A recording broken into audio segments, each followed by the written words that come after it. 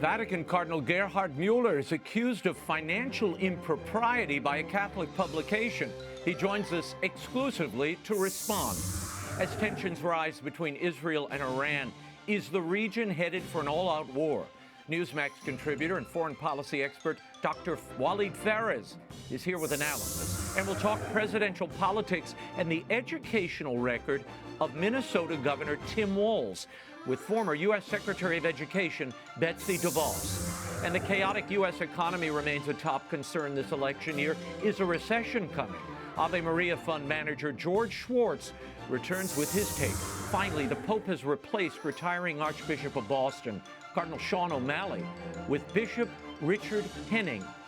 Editor of Catholic World News, Philip Lawler, will give us the latest on the new Archbishop. The World Over begins right now.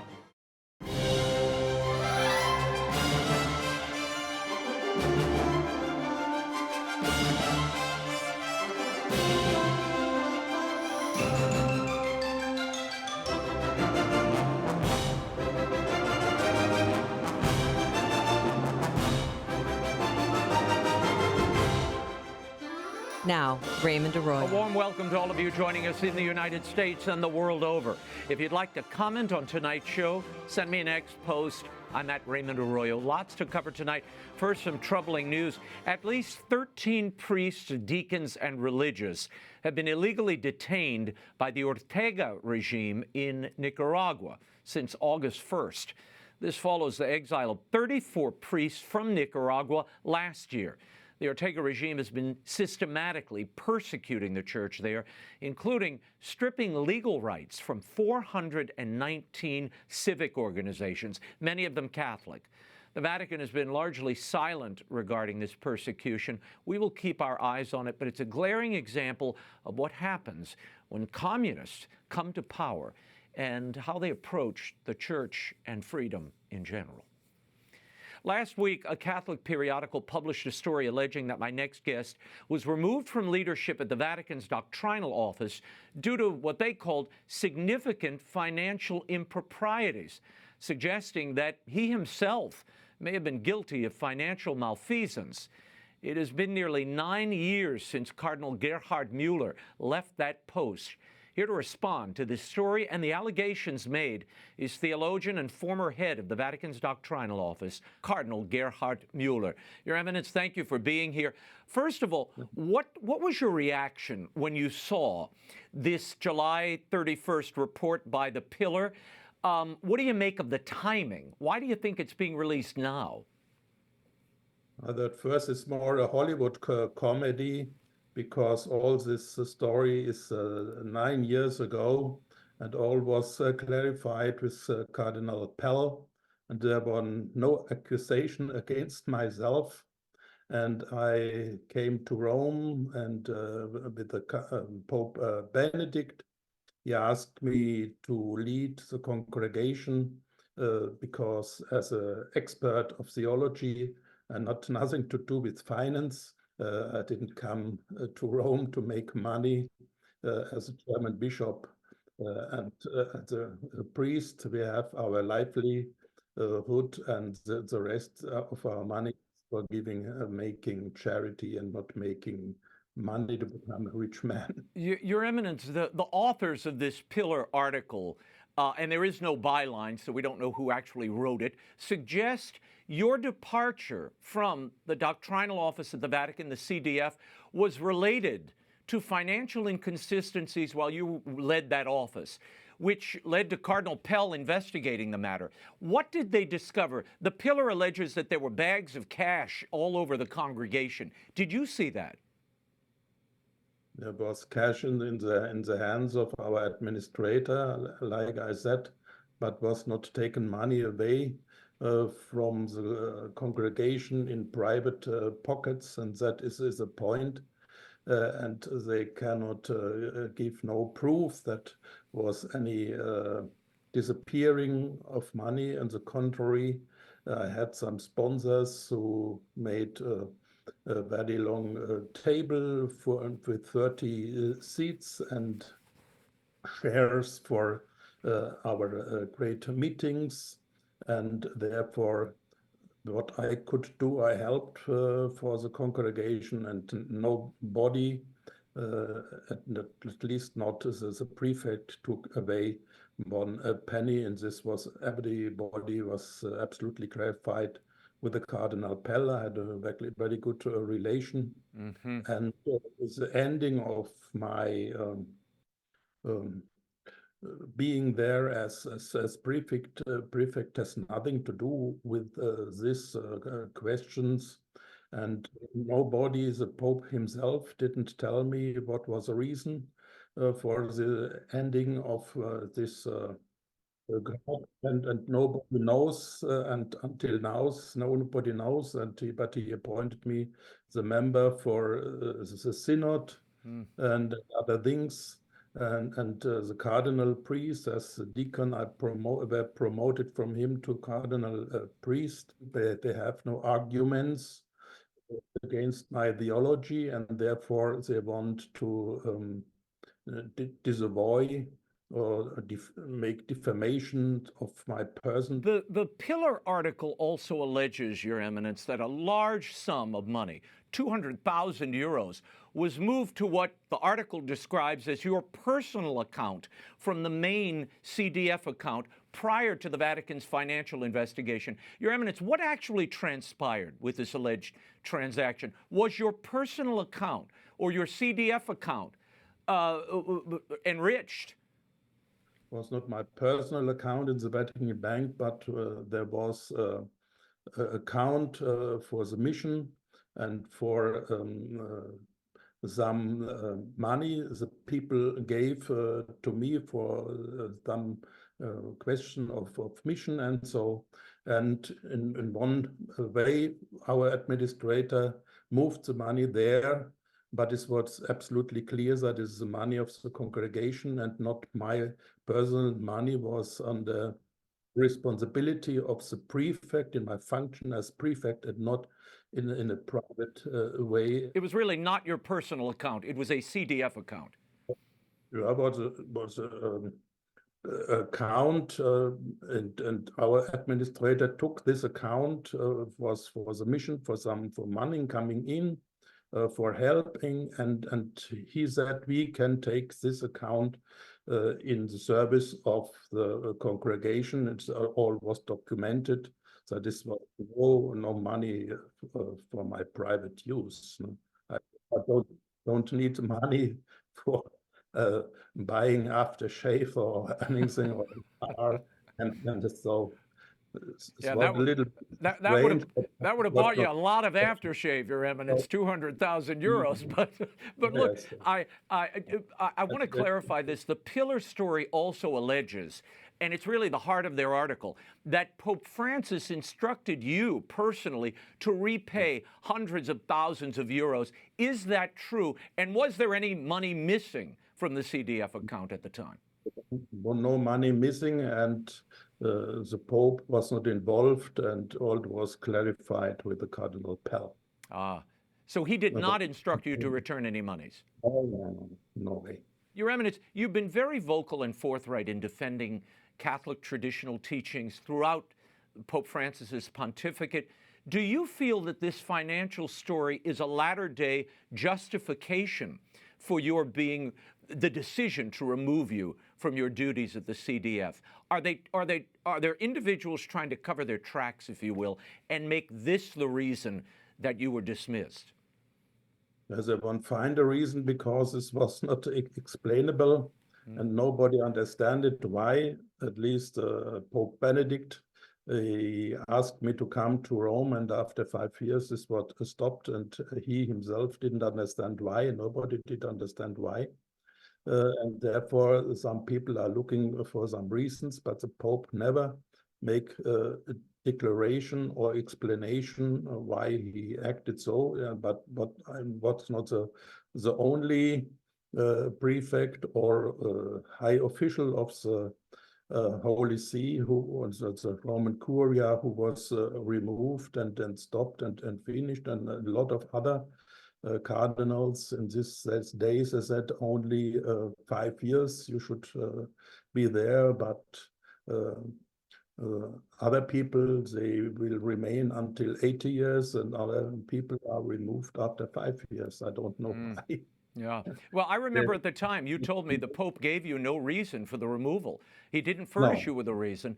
no. And I need to get into this. The pillar also seems to suggest that you only became a critic of some of the views espoused and promoted by Pope Francis after your departure from the CDF, after these financial irregularities allegedly were discovered. But in fact, you raised objection to several initiatives at the Synod on the Family before your departure in 2017, correct? I never criticized the popes personally, but when I was asked for the Catholic doctrine, I gave the explanation.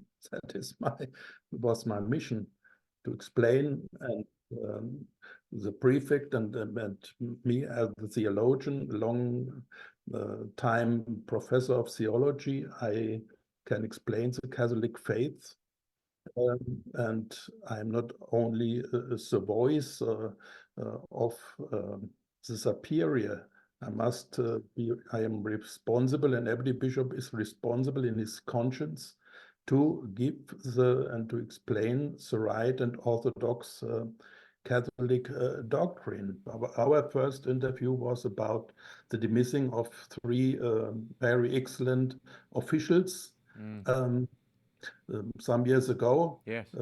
I didn't criticize the decision of the Pope to dismiss them, but when there came out some arguments that these people had done anything wrong, I had the responsibility to say and to save their good name, and I had to say they didn't do anything wrong, and they was qualified. And I remain in this position until today. They was very qualified, and I don't know the reason why they were dismissed, but there was, according to my judgment, they didn't nothing wrong.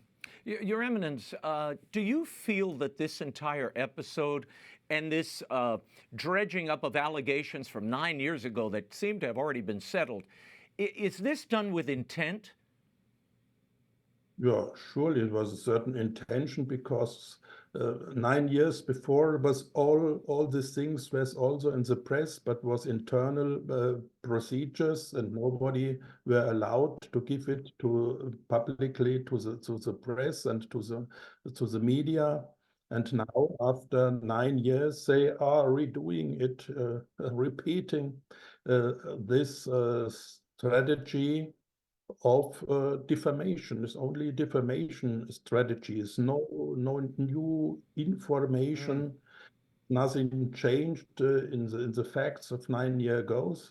And the only reason is make defamation. Okay, but my question is, why now? If nothing illegal occurred at the CDF, if no funds were found to be missing, why do you think the pillar chose to run this story now, 2 months before the start of the synod on synodality? Synod of beginning in 2 months surely has anything to do with it. And I made one day, I think before this was coming out, this article, or some days before, I made a very strong statement against the blasphemy in Paris in the Olympic Games, and could be a revenge in this way. I don't know who is behind it, because this was an anonymous strategy, and I asked me if these people have nothing to do in their working time to arrange strategies of defamation instead of doing their work for the church. But look, I knew Cardinal Pell very well, and I knew him enough that he would not be fraternizing with people who had engaged in financial impropriety. And I know you and Cardinal Pell were very close. So I've also done some calls since I saw this story break. And it seems some of these stories are being embellished a bit, and that a lot of the loose finances were in place long before you arrived at the CDF. But the point is, there was no missing money. Nothing was taken. And that is the heart of this, and made my hackles go up when I first read it. I'll give you the final word. Other things, protecting the faith and promoting the faith. And I was not an official in the Vatican Bank, but the prefect of the Congregation for the Doctrine of the Faith. And that was the reason why I came to Rome and why the Pope Benedict made me his successor. Your Eminence, Cardinal Gerhard Müller, I thank you for your time, and we will be in touch. Thank you very much. Ever since the October 7th Hamas assault on Israel, the Middle East has been in turmoil. Two recent assassinations carried out by Israel in Beirut and Tehran have expanded the conflict to include Hezbollah and Iran itself. Will these escalations culminate in an all-out war? Joining me now with analysis, Newsmax contributor, author of Iran, an Imperialist Republic and U.S. Policy, Dr. Walid Phares. Doctor, thank you for being with us. We saw these targeted strikes by Israel in Lebanon and Iran following the October 7th attack. This has really taken things to a new level. What do you see happening next? And is an expansion of Israel's war inevitable? Yes, it is already a war, a global war in the region, which was started actually by Hamas, being ordered by the Islamic regime in Tehran, being expanded into Syria and Iraq, where those militias are operating, being further expanded to Lebanon, which is controlled by Hezbollah, second front in importance after Gaza. And obviously, as we all learned over the past few months, that the Houthis in Yemen are part of it. So there is that war. What is happening now is in altitude. Most of this war is about basically Air Force, Israeli Air Force, and Israeli countermeasures against targets on the ground or rockets and missiles, including ballistics, hitting Israel. What has changed is now the Israelis are targeting leaders. So it's still in the air, higher level leaders. And that has created an era of indecision for the command in Tehran. They don't know really what to do because they don't have the skills or the technology of the Israelis to do eliminations inside Israel. But on the other hand, they know if they start their ballistic warfare, especially against civilians, the Israelis, Netanyahu told them, I'll destroy infrastructure. He said he'd destroy their nuclear arsenal. You think that's a possibility? Well, first of all, whatever is industrial, like the production, enrichment of uranium, yes, they can. What is about underground infrastructure for ramps, that is something we don't know about, but the Israelis, I am sure, in consultation with other allies, know how to do it. But I have another theory. I published an article yesterday, actually, in The Independent in Britain, in which I conclude that in addition to the weaponization, meaning they are buying missiles, the Islamic regime is buying missiles, we know that. By the way, Raymond, with the money that this administration has... The $1 billion we've given them over the nuclear deal. We are giving them open credit to buy, from the nuclear deal. You and I have discussed it for the last 10 years. But what could happen, another scenario, very dangerous, I'm sure all intelligence services in the West are most likely aware of it. That's the Iran regime, Islamic regime, can buy tactical nukes. North Korea, Central Asia, etc. Now, when they buy them, smuggling them into Iran is very different from having big trucks or having big, on airplanes. The Israelis will take care of that. And what the regime may do is to deploy them not just inside Iran and then put them on drones, but also to their allies. That's Hezbollah, Houthis, and others. I am pretty sure that the U.S. and Israel knows about that. That's very difficult to counter. But it's difficult also on the regime to use them because at this point in time, they're making money. They are extracting billion after billion from Washington, from Brussels. If they go the game of tactical nukes, we are on a different planet at this point. Wow. But you do see this conflict expanding and Iran responding in some fashion here. It's not a matter of if, but when. There is no if. The if is gone. They're going to do it. The difference is that what is it that they're going to do? Because they are chess players. The Israelis are chess players, both of them. Mm-hmm. So Tehran is thinking, if I hit across Israel and hit civilians, the Israelis are going to take out my nuclear system and maybe more. You know, Israel has the ability, even without the help of neither the United States nor the Arabs, of hitting the headquarters of the Iranian Revolutionary Guard. That's a different story.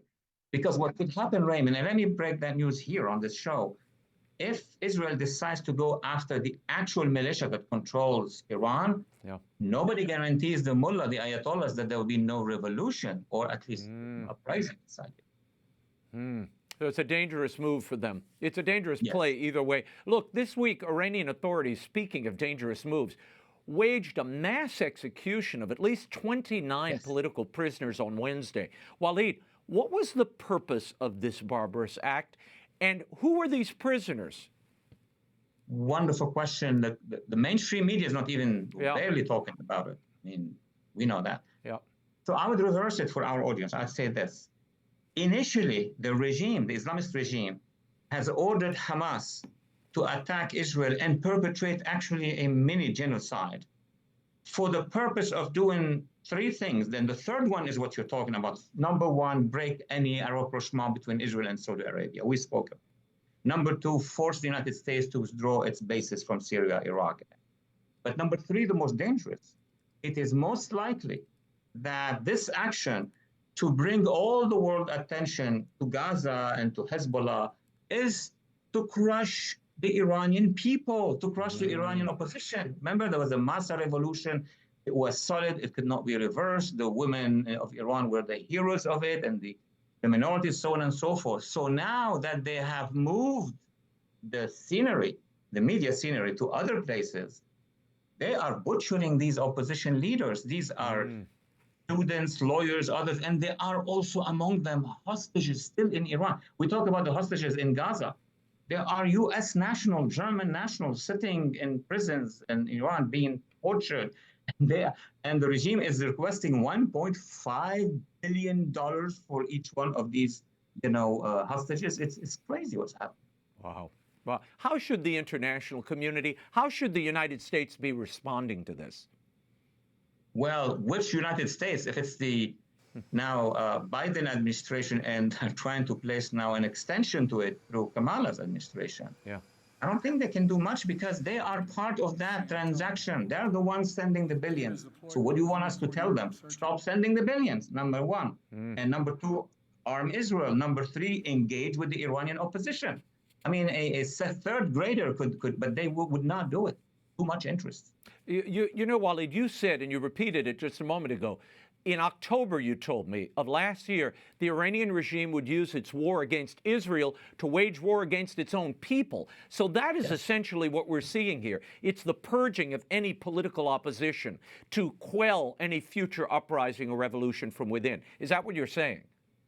You said it better than I do. So next time we're going to co-author a book. You're very good at it. You don't want to do that.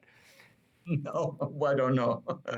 No, but you're absolutely right. That is the essence of the game. So, look, very simple. I'm advising from your show into those who needs to hear. For this administration, they won't hear me the next administration. I'm telling them, what you do is to engage with the Iranian people from the inside. You don't need to send troops. You don't need to do anything. Just engage with the opposition. They will topple that region. Period. Yeah.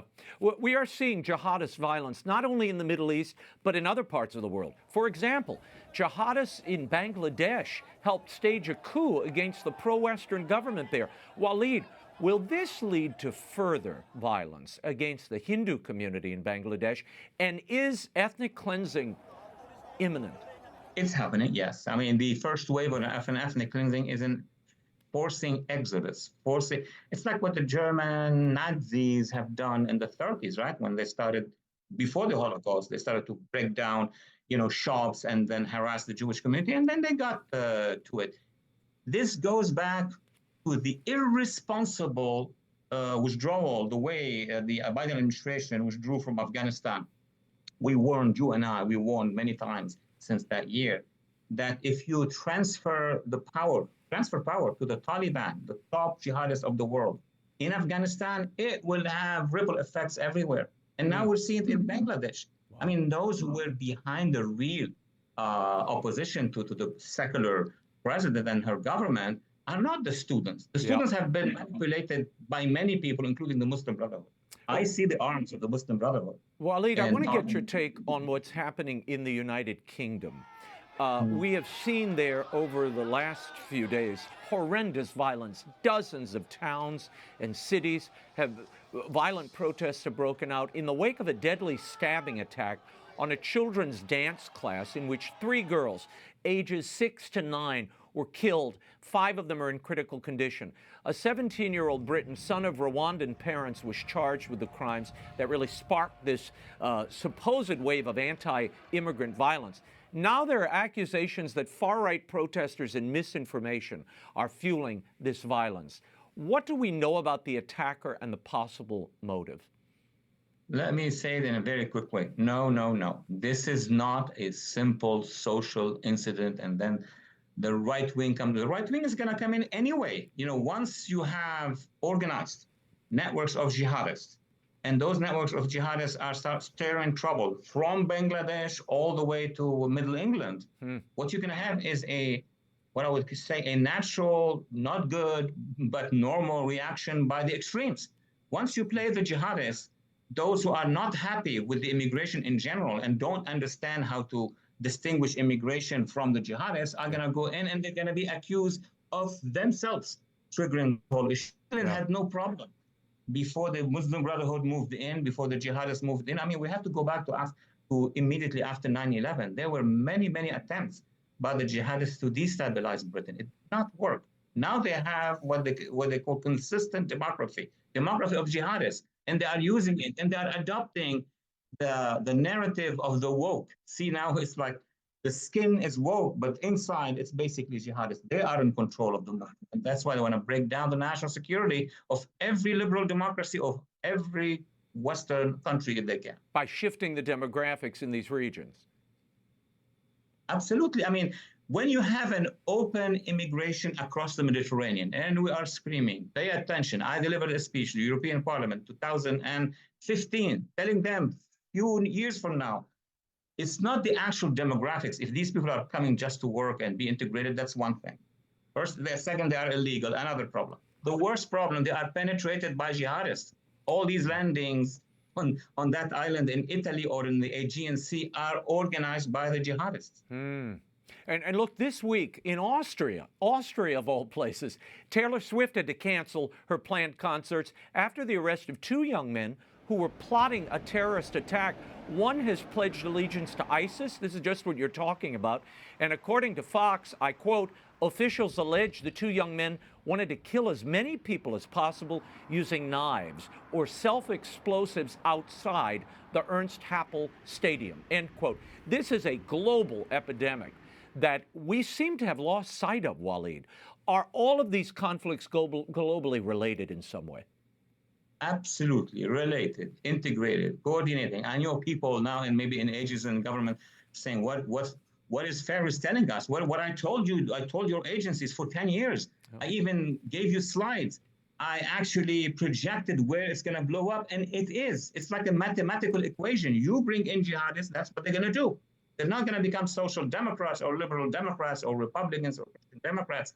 It is happening now. It's not that it may happen and grow. There are jihadists inside the continent of Europe. There are jihadists inside the United States. We full open of a border in the south. What are we talking about? It's not just Marxist and pro-Chinese. An army of jihadists is here. It's embedded itself now with all these protests. I'm not saying the protests are, but these are the covers for the jihadists to operate. I mean, expect more in America. Wow. Walid Phares, we will leave it there and be in touch soon. Iran, an imperialist Republican U.S. policy, is available now in bookstores everywhere. Walid Phares, thank you for the time. Thank you, Raymond. She's a longtime advocate for school choice and parental rights, as well as the former U.S. Secretary of Education under Donald Trump. She's here tonight with some grave concerns about Kamala Harris's running mate, Governor Tim Walz of Minnesota. Please welcome back to the program, Betsy DeVos. Betsy, thanks for being here. Earlier this week, you sounded the alarm over Minnesota Governor Tim Walz being added to the Democratic ticket. because Randy Weingarten, the head of the teachers union, showered him with praise. Here's what she had to say. Tim Walz is Kamala Harris's choice for vice president. We're so excited. He's a teacher. He's a union member. We have known him for years as a social studies teacher, as a vet, as a union member, as a congressman, as a governor. He cares about working people. You see this as a cause for concern, Randy Weingarten's excitement over this candidacy. Why, Betsy? Well, anyone about whom Randy Weingarten is as excited as she appears to be should be terrifying to parents and students, because Randy Weingarten has not been a friend of students. She has done nothing but preclude students from getting their best and doing their best and being their best because of all of the policies she has advocated for. The notion of her having the same kind of unfettered access to the Oval Office that she has clearly had in the Biden administration should also be terrifying. Just think of the implications of her influence having kept schools shut down, closed down way, way, way beyond when they should have during COVID, and really impacting all kinds of policies that directly impact students in the classrooms in a negative way. It's really concerning about what this could mean if the Kamala Harris and Tim Walz ticket is successful. Well, Secretary DeVos, Governor Walz, according to Becky Pringle, who's the NEA president, she claims he's the education governor, that he's brought free tuition to low-income families, abortion rights to the state constitution. He adamantly has opposed school vouchers. Is he the education governor in your estimation? Well, no, the policies that he's advocated for, including precluding taking sexually explicit books and materials out of libraries for young children, including making Minnesota a sanctuary place for students to come and permanently mutilate themselves without parental consent for gender change.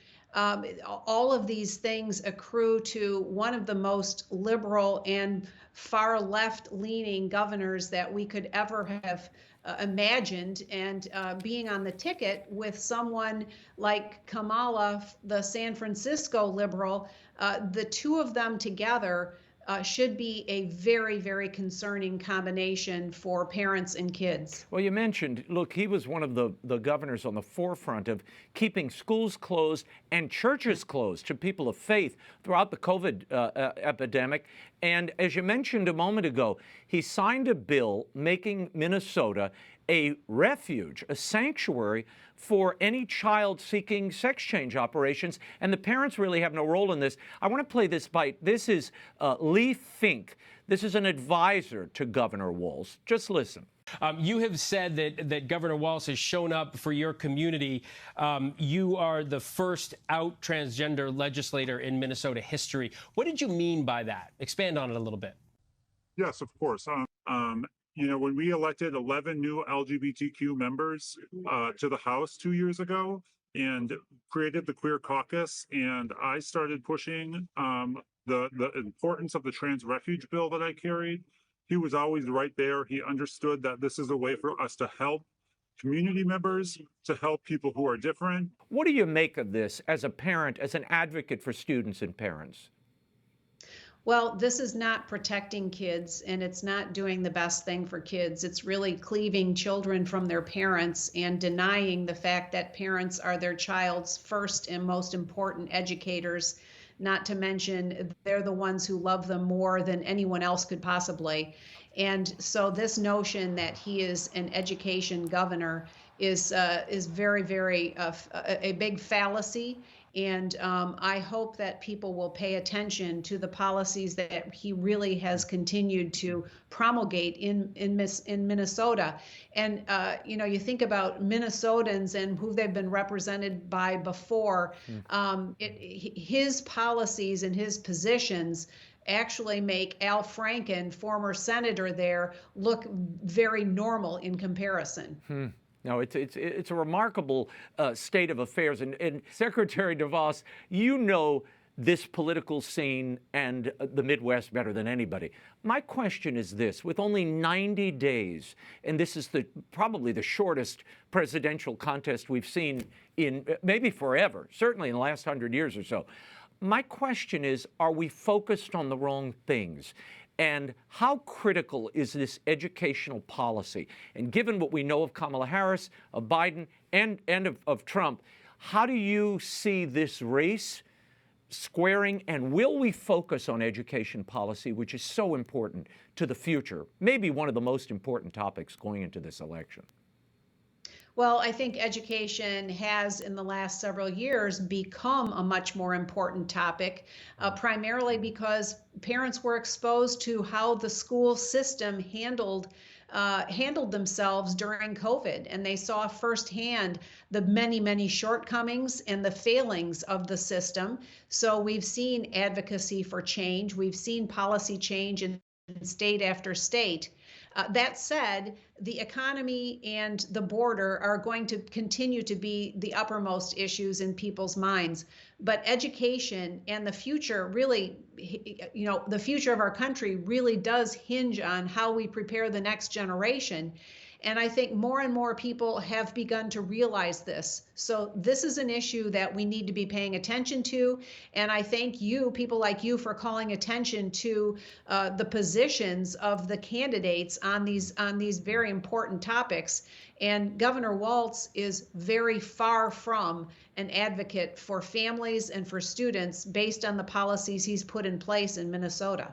Secretary Betsy DeVos, thank you for being here. Hostages No More, The Fight for Education, Freedom, and the Future of the American Child by Betsy DeVos is available at bookstores everywhere and online. Thank you for being here. Thanks so much, Raymond. He is the CEO of Schwartz Investment Counsel, portfolio manager of the Ave Maria Mutual Funds, and author of In God We Trust, Morally Responsible Investing. He's here tonight to discuss the current state of the U.S. economy, high inflation, those interest rates, and more. Please welcome back to the program, George Schwartz. George, earlier this week, the Dow dropped over 1,000 points, rattling Wall Street and the world markets. The S&P had its worst day in 2 years, dropping 3%. NASDAQ did the same.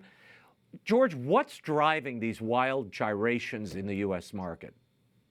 Well, as you and I have talked about many times, Raymond, the stock market does not like uncertainty. There are a tremendous number of uncertainties at the present time around the world and at home here.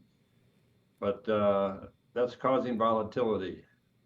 One of the issues that doesn't get enough attention, I don't think, is the Middle East right now. Of course, there's been talk of maybe the war is going to escalate and Iran's going to invade Israel or vice versa. But that is got the potential, in my mind, of being a significant problem for our economy and especially the stock market. Yeah. There's no idea what the effect it'll have on the stock market if a big war breaks out. Before the U.S. markets took a tumble, the Asian markets were trembling, and we watched, they had a 12% decline. Even Warren Buffett selling some of his tech stocks, including Apple, were blamed for the dip. Is any of that credible, that presaged and is tied to the U.S. market? Yes, the Asian market's tied to the U.S. market, particularly the Mag 7 stocks, the big industrial mega cap high-tech companies. The speculators, especially hedge funds, have been borrowing money in a cheap currency, the yuan, converting it to dollars and buying U.S. stocks, particularly the Magnificent Seven. When interest rates rose in Japan, that whole trade had to be unwound, and it resulted in panic selling. The other thing is panicky, at least according to my friends on Wall Street, is the upcoming election for president. They are in a panic state that Kamala Harris may become our next president, God forbid. And you think that's what the sell-off is about, partially? The worry that you might have a continuation of the Biden years? Yeah, or the Obama years, if you want to call it that. But she's got, currently, it would appear she's got the money and the momentum and the media all in her favor. And I get a kick out of the media that I think is trying to turn her into something she's not. But the very liberal media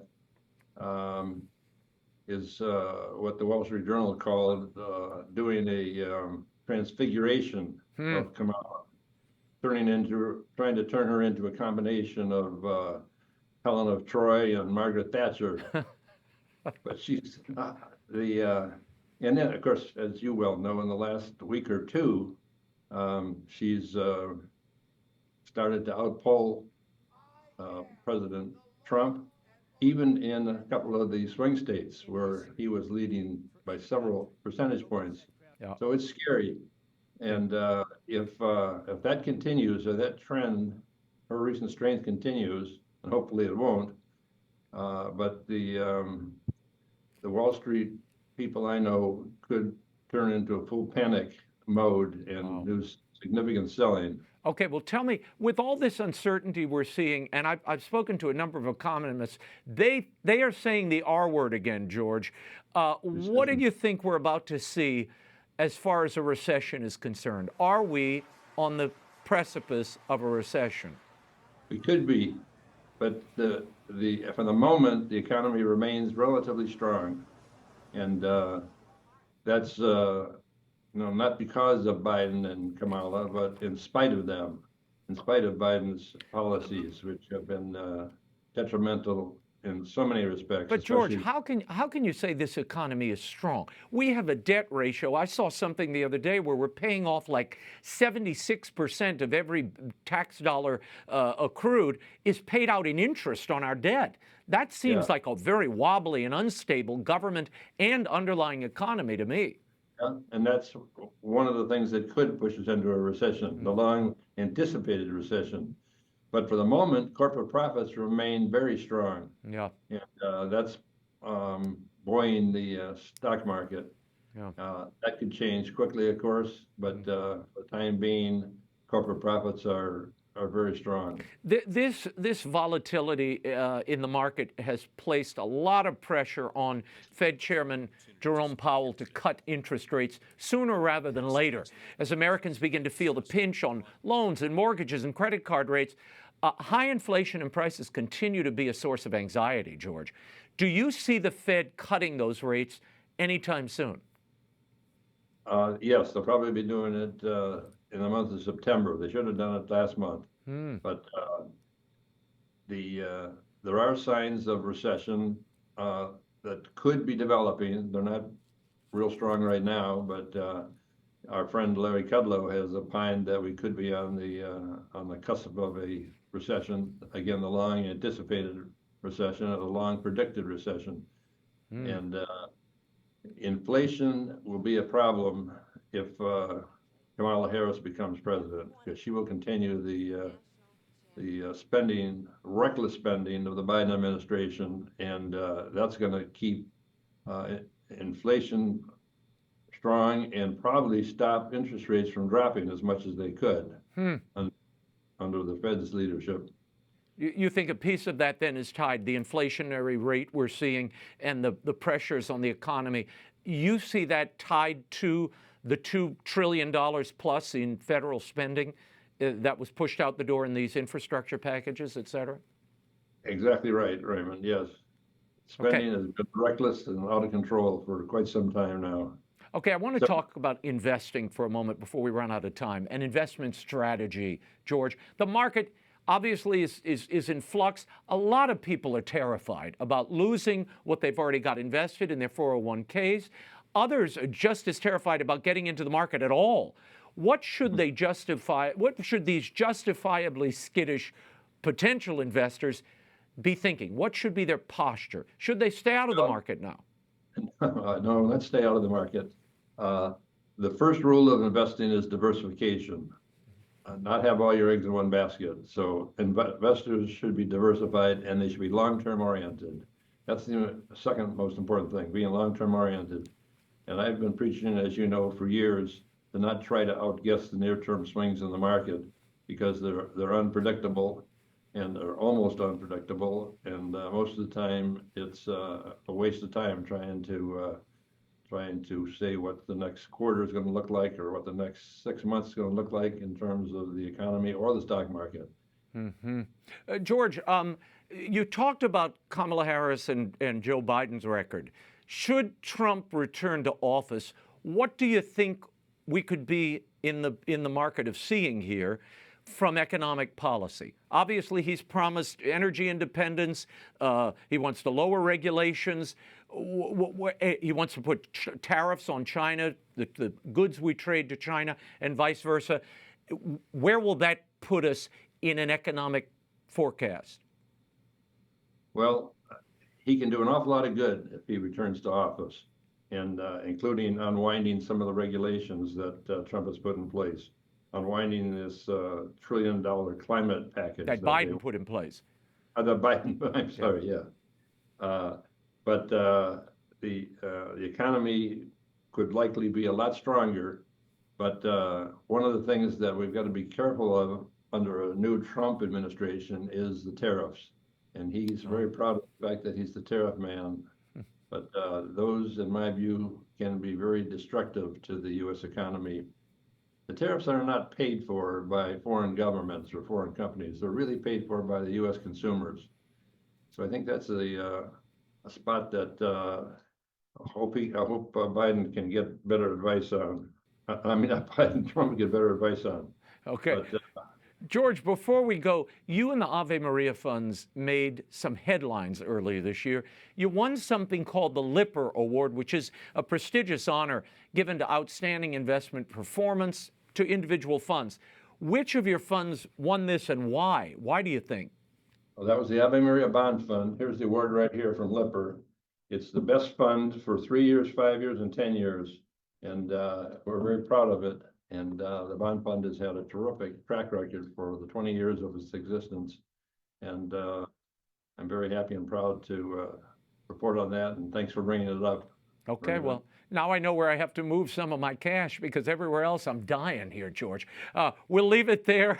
In God We Trust, Morally Responsible Investing by George Schwartz is available at bookstores everywhere. Find out more about the Ave Maria Mutual Funds at AveMariaFunds.com. Thank you, George. Thank you, Raymond. Sean Cardinal O'Malley has served as Archbishop of Boston since 2003. He just turned 80, and having reached that milestone, Pope Francis accepted his resignation. Bishop Richard Henning of Providence, Rhode Island, has been named as the new Archbishop of Boston, taking possession of the see on October 31st. But who is Bishop Henning, and what will be the legacy of Cardinal Sean O'Malley? Here with analysis, Boston native and editor of Catholic World News, Philip Lawler. Phil, thanks for being here. I want to get your take on this appointment.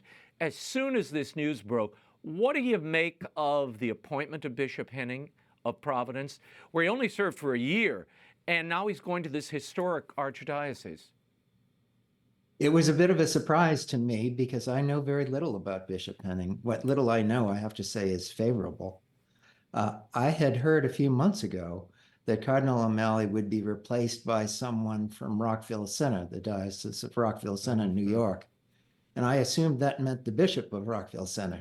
Bishop Henning is a native of Rockville Center, so I guess the message was lost in translation. Or possibly something happened in Rockville Center, such as the diocese went bankrupt, and that might have altered things. I don't know. Yeah, well, I mean, O'Malley, we should point out, was also Bishop of Palm Beach for a very short period of time before he was whisked to Boston. So there's a pattern of this. But there were reports, Phil, and I'd love your reaction to this, that Cardinal Wuerl, the former and disgraced Archbishop of Washington, and Cardinal Cupich personally went to Rome to lobby the Pope to move Cardinal Robert McElroy of San Diego to Boston. What do you think happened there, and why do you think that suggestion was rejected by the Pope?